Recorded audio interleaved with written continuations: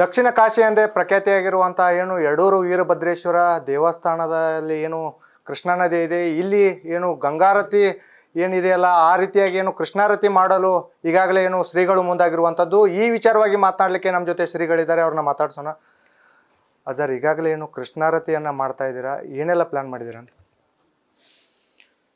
ಕೃಷ್ಣಾ ನದಿಗೆ ಕೃಷ್ಣಾರತಿ ಮಾಡಲಿಕ್ಕೆ ಬೇಕಾಗಿರುವಂತಹ ಎಲ್ಲ ಸಕಲ ಸಿದ್ಧತೆಗಳು ಸಂಪನ್ನಗೊಂಡಿದ್ದಾವೆ. ಅದು ನೀರಿನಲ್ಲಿ ಸ್ಟೇಜ್ ಹಾಕೋದಾಗಿರ್ಬೋದು, ದೀಪಾಲಂಕಾರ ಆಗಿರಬಹುದು, ಇತರೆ ಆದಿ ಶಿವನ ಮೂರ್ತಿಯನ್ನು ಸ್ಥಾಪನೆ ಮಾಡೋದಾಗಿರ್ಬೋದು, ಅಲ್ಲಲ್ಲೇ ವಿದ್ಯುತ್ ದೀಪಗಳನ್ನು ನೆಡೋದಾಗಿರ್ಬೋದು, ಇಂಥ ಎಲ್ಲ ವ್ಯವಸ್ಥೆಗಳು ಸಂಪನ್ನಗೊಂಡಿದ್ದಾವೆ. ದೂರದ ಕಾಶಿಯಿಂದಲೇ ಗಂಗಾರತಿಯನ್ನು ಮಾಡುವಂತಹ ಪುರೋಹಿತರನ್ನು ಇಲ್ಲಿಗೆ ಕರೆಸಲಾಗ್ತಾ ಇದೆ. ಅದಕ್ಕೆ ಬೇಕಾಗಿರುವಂತಹ ಪೂರ್ವ ಸಿದ್ಧತೆಗಳನ್ನು ಎಲ್ಲ ರೀತಿಯಿಂದ ಮಾಡಿಕೊಳ್ಳಿಕ್ಕೆ ಈಗಾಗಲೇ ವ್ಯವಸ್ಥೆ ಆಗಿದೆ. ನಾಳೆ ಸಾಕಷ್ಟು ಜನ ಆ ಕುತೂಹಲದಿಂದ ಕಾರ್ಯಕ್ರಮವನ್ನು ವೀಕ್ಷಿಸಲಿಕ್ಕೆ ಬರ್ತಾ ಇದ್ದಾರೆ. ಈ ಭಾಗದಲ್ಲಿ ಒಂದು ಐತಿಹಾಸಿಕವಾದ ಮತ್ತು ಅಭೂತಪೂರ್ವವಾದ ರೀತಿಯಲ್ಲಿ ಈ ಕೃಷ್ಣಾರತಿಯನ್ನು ನಾವು ನೆರವೇರಿಸ್ತಾ ಇದ್ದೇವೆ. ಸರ್, ಯಾವ ರೀತಿ ಇರುತ್ತೆ ಅಂತ ಏನೆಲ್ಲ ವ್ಯವಸ್ಥೆಯನ್ನು ಮಾಡ್ಕೊಂಡಿದ್ದೀರಿ?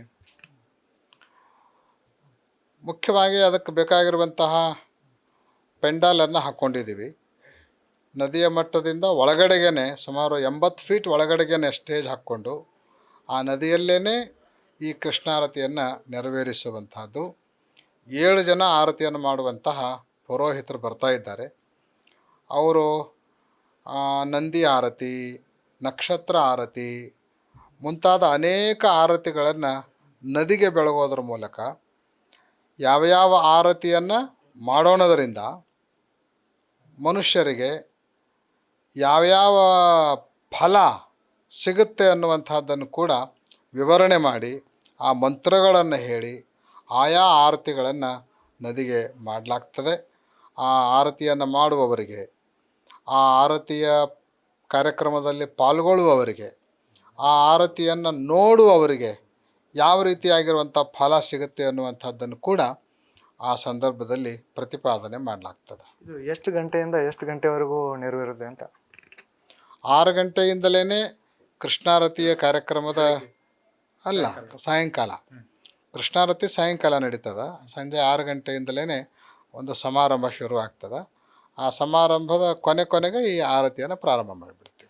ಸರ್, ಇದ್ರ ಜೊತೆಗೆ ಕಳಸಾರೋಹಣ ಕೂಡ ನೆರವೇರಿಸಿರುವಂಥದ್ದು. 5,000 ಮಹಿಳೆಯರಿಂದ ಕಳಸಾರೋಹಣ, ಯಾವೆಲ್ಲ ಕಾರ್ಯಕ್ರಮ ಇದೆ ಅಂತ? ಸುಮಾರು 5,000 ಜನ ತಾಯಂದಿರು ನಾಳೆ ಅಂದರೆ 6ನೇ ತಾರೀಕು ಮಾರ್ಚ್ 2026 ಬೆಳಗ್ಗೆ 6 ಗಂಟೆಯಿಂದಲೇ ಈ ಮಹಾಕುಂಭಾಭಿಷೇಕಕ್ಕೆ ಸಂಬಂಧಪಟ್ಟಿರುವಂತಹ ಕುಂಭೋತ್ಸವ ನಡೀತದೆ. ಕೃಷ್ಣಾ ನದಿಯಿಂದ 5,000 ಜನ ತಾಯಂದಿರು ಒಂದೊಂದು ಕುಂಭವನ್ನು ಹೊತ್ಕೊಂಡು ಗ್ರಾಮದ ಪ್ರಮುಖ ಬೀದಿಗಳಲ್ಲಿ ಉತ್ಸವದ ಮೂಲಕ ಸಂಚರಿಸಿ ದೇವಸ್ಥಾನಕ್ಕೆ ಬರ್ತಾರೆ. ದೇವಸ್ಥಾನಕ್ಕೆ ಬಂದ ಮೇಲೆ 1,000 ಮಹಿಳೆಯರು ಒಂದೊಂದು ಗೋಪುರಕ್ಕೆ ಅವ್ರು ಹೋಗ್ತಾರೆ. ಆ ಒಂದೊಂದು ಗೋಪುರದಲ್ಲಿಯೂ ಕೂಡ ಅನೇಕ ಯುವಕರ ತಂಡನ್ನು ನಾವು ಮೇಲೇರಲಿಕ್ಕೆ ವ್ಯವಸ್ಥೆಯನ್ನು ಮಾಡಿದ್ದೇವೆ. ಕೆಲವು ಕಡೆಗೆ 30, ಕೆಲವು ಕಡೆ 40 ಯುವಕರು ಸಾಲಾಗಿ ನಿಂತು ತಾಯಂದಿರು ತೆಗೆದುಕೊಂಡು ಬಂದಿರುವಂಥ ಕುಂಭವನ್ನು ಒಬ್ಬರಿಂದ ಇನ್ನೊಬ್ಬರು, ಇನ್ನೊಬ್ಬರಿಂದ ಮತ್ತೊಬ್ಬರು ಹೀಗೆ ಮೇಲೆ ಒಯ್ತಾ ಕೊನೆಗೆ ಗೋಪುರಗಳ ಮೇಲೆ ಆ ಕುಂಭದ ಅಭಿಷೇಕವನ್ನು ಮಾಡ್ತಾರೆ. ಹೀಗ ಒಂದೊಂದು ಗೋಪುರಕ್ಕೆ 1,000 ಕುಂಭಗಳ ಅಭಿಷೇಕವನ್ನು ಮಾಡುವಂಥ ವಿನೂತನವಾಗಿರುವಂಥ ಕಾರ್ಯಕ್ರಮ. ಅಷ್ಟೇ ಅಲ್ಲ, ನೂತನವಾಗಿ ನಿರ್ಮಾಣಗೊಂಡಿರುವಂತಹ ದಕ್ಷಿಣ ಮತ್ತು ಉತ್ತರ ರಾಜಗೋಪುರಗಳ ಮೇಲೆ ಕಳಸಾರೋಹಣ, ಅದಾದ ನಂತರ 5 ರಾಜಗೋಪುರಗಳಿಗೆ ಕುಂಭಾಭಿಷೇಕ. ಈ 5 ರಾಜಗೋಪುರಗಳ ಮೇಲೆ 5 ಪೀಠದ 5 ಜನ ಜಗದ್ಗುರುಗಳವರು ಸ್ವತಃ ಗೋಪುರಗಳಿಗೆ ಮೇಲೆ ಹೋಗಿ ಕುಂಭಾಭಿಷೇಕದ ಮಹಾಸಂಪ್ರೋಕ್ಷಣ, ಮಹಾಕುಂಭಾಭಿಷೇಕವನ್ನು ನೆರವೇರಿಸಿ ಬರ್ತಾ ಇದ್ದಾರೆ.